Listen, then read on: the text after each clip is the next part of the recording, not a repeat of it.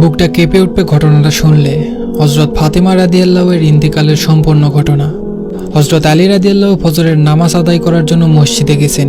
এদিকে হযরত ফাতেমা রাদিয়াল্লাহু গায়ে অত্যন্ত জ্বর অবস্থায় ঘরের সমস্ত কাজ শেষ করেছেন। আলী রাদিয়াল্লাহু মসজিদ থেকে এসে দেখেন ফাতেমা রাদিয়াল্লাহু কাঁদছেন। আলী রাদিয়াল্লাহু প্রশ্ন করলেন, ও ফাতেমা, তুমি কাঁদো কেন? ফাতেমা রাদিয়াল্লাহু কোনো উত্তর দিলেন না। ফাতেমা রাদিয়াল্লাহু আরো জোরে জোরে কাঁদতে লাগলেন। আলী রাদিয়াল্লাহু কয়েকবার প্রশ্ন করার পর ফাতেমা রাদিয়াল্লাহু কাঁদতে কাঁদতে বললেন, ও আলী, আমি স্বপ্নের মধ্যে দেখেছি আমার আব্বাজান হযরত মুহাম্মদ সাল্লাল্লাহু আলাইহি ওয়াসাল্লাম আমার ঘরের মধ্যে ঢুকে কি যেন তালাশ করতেছেন। ঘর থেকে বাইর হয়ে যাওয়ার সময় আমি পিছন দিক থেকে ডাক দেই, ও আমার আব্বাজান, আপনি কি তালাশ করছেন? আব্বাজান মুহাম্মদ সাল্লাল্লাহু আলাইহি ওয়াসাল্লাম বলতেছেন, ও আমার ফাতেমা, আমি তোমাকেই তালাশ করতেছি, তোমাকে নিয়ে যাওয়ার জন্য। আরো বললেন, ও আমার ফাতেমা, আজকে তুমি রোজা রাখবা, সেহরি করবা আলীর দস্তরখানায়, আর ইফতার করবা আমি আব্বাজানের দস্তরখানায়। আলী রাদিয়াল্লাহু এই স্বপ্ন শোনার পর দুজনের আর বুঝতে বাকি রইল না যে ফাতেমা রাদিয়াল্লাহু আজকে ইন্তেকাল করবেন। দুজন আরো জোরে জোরে কাঁদতে লাগলেন।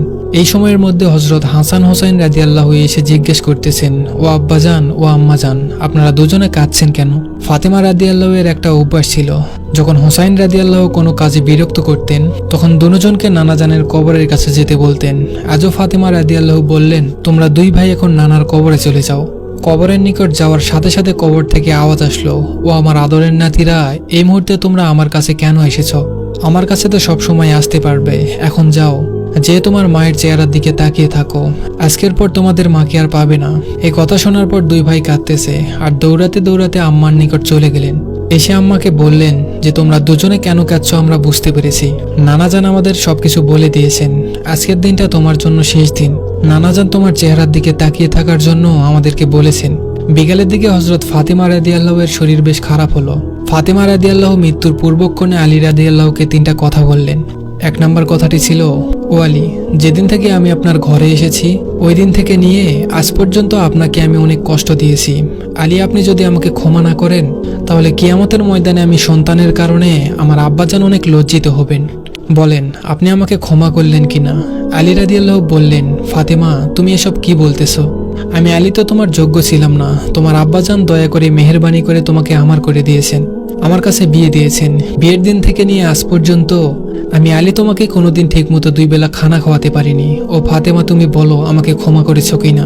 তুমি যদি আমাকে ক্ষমা না করো তাহলে আমাকে কিয়ামতের দিন কঠিন শাস্তি ভোগ করতে হবে। ফাতেমা রাদিয়াল্লাহুর দ্বিতীয় কথা ছিল, ও আলী, আপনার সাথে আমার দ্বিতীয় কথা হলো, আমি মারা যাওয়ার পরে আপনি বিয়ে করে নেবেন দুনিয়ার যে কোনো মহিলাকে আপনার পছন্দ মতো। আপনাকে আমি অনুমতি দিলাম, আর আমার বাচ্চা দুটোকে সপ্তাহে 1 দিন আপনার কোলের মধ্যে করে নিয়ে ঘুমাবেন। ফাতেমা রাদিয়াল্লাহুর তৃতীয় কথা ছিল, ও আলী, আপনার সাথে আমার তৃতীয় কথা হলো, হাসান হোসেন যখন বালেগ হবে তখন দুনো ভাইকে আল্লাহর রাস্তায় সোপর্দ করে দিবেন এবং আমাকে রাতের বেলায় দাফন করবেন। হযরত আলী রাদিয়াল্লাহু বললেন, তুমি নবীর মেয়ে, আমি সবখানে খবর দিয়ে তোমাকে দাফন করব, এতে সমস্যা কি? হযরত ফাতেমা রাদিয়াল্লাহু বললেন, আমার কাফনের কাপড়ের উপর দিয়ে সবাই অনুমান করবে যে নবীর মেয়ে কতটুকু লম্বা ছিল, এতে আমার পর্দা ভঙ্গ হবে। হযরত ফাতেমা রাদিয়াল্লাহু এর ইন্তেকালের পর তার লাশের খাটিয়া বহন করার জন্য মানুষ ছিল মাত্র 3 জন, হযরত আলী রাদিয়াল্লাহু তাআলা এবং শিশু হাসান ও হোসাইন রাদিয়াল্লাহু। হযরত আলী রাদিয়াল্লাহু ভেবেছিলেন যে খাটিয়া বহন করার জন্য মানুষ আরও একজন প্রয়োজন, তবেই 4 কোণায় 4 জন কাঁধে নিতে পারবেন। এমন সময় হযরত আবু যর গিফারি রাদিয়াল্লাহু এলেন এবং খাটিয়ার 1 কোণা বহন করলেন। হযরত আলী রাদিয়াল্লাহু তখন প্রশ্ন করলেন, ও আবু যর, আমি তো কাউকে বলিনি, আপনি জানলেন কিভাবে? হযরত আবু যর গিফারি রাদিয়াল্লাহু বললেন, আমি আল্লাহর রাসূলকে স্বপ্ন দেখেছি। তিনি বললেন, হে আবু যর, আমার ফাতেমার লাশ বহন করার জন্য লোকের অভাব, তুমি তাড়াতাড়ি চলে যাও। ও আলী, আমাকে তো হুজুরে আকরাম সাল্লাল্লাহু আলাইহি ওয়াসাল্লাম আসতে বলেছেন।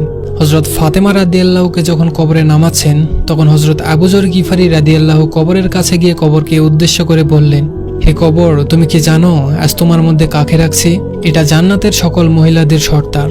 কবর থেকে কোনো আওয়াজ নেই। তিনি আবার বললেন, এটা হযরত হাসান হোসেনের আম্মা। এবারও কবর থেকে কোনো আওয়াজ নেই। তিনি আবার বললেন, এটা হযরত আলী রাদিয়াল্লাহু এর স্ত্রী। এবারও কবর থেকে কোনো আওয়াজ নেই। তিনি আবারও বললেন, এটা দোজাহানের বাদশার মেয়ে। খবরদার, কবর বেয়াদবি করবে না।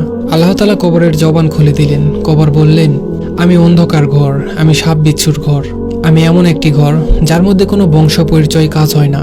আমি দোজাহানের বাদশার মেয়ে ফাতেমাকে চিনি না। হজরত আলীর স্ত্রীকে চিনি না, আমি হাসান হোসেনের আম্মাকে চিনি না, জান্নাতি মহিলাদের সর্দারনিকে চিনি না। আমি শুধু চিনি ঈমান আর আমল। আল্লাহ তাআলা আমাদেরকে ঈমান এবং আমল নিয়ে বেঁচে থাকার তৌফিক দান করুক। সবাই বলি আমিন।